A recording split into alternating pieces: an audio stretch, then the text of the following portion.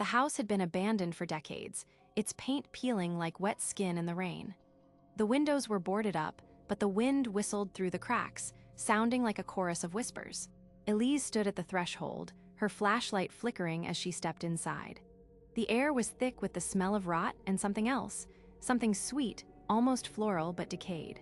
She moved cautiously, her footsteps echoing on the creaking wooden floor. Every step felt like an intrusion, as if the house itself was watching her. In the living room, she found a dusty piano, its keys yellowed with age. When she pressed one, the sound was hollow, resonating through the empty halls. The walls were streaked with mold, and the ceiling sagged under the weight of years.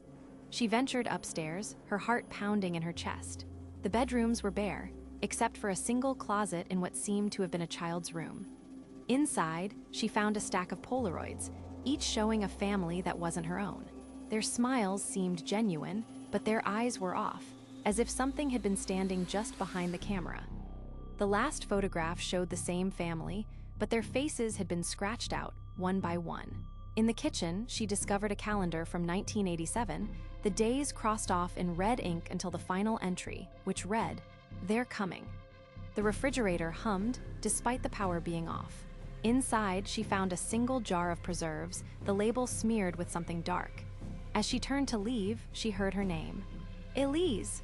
It wasn't her voice. Her flashlight died, plunging her into darkness. She fumbled with the batteries, but when the light returned, she was alone. In the hallway, the doors slammed shut one by one, as if something were herding her toward the attic. The stairs creaked beneath her weight, and at the top, she found a single trunk, its lid slightly ajar. Inside, there were photographs of her, taken in places she had never been. Her childhood home, her first day of school, her graduation. At the bottom of the trunk was a note. "I've been waiting." The attic door slammed shut, and the walls began to shift, the shadows twisting into something alive. She screamed, but her voice was swallowed by the house. The last thing she saw was the calendar flipping backward, the dates rewinding to 1987. And then the darkness closed in.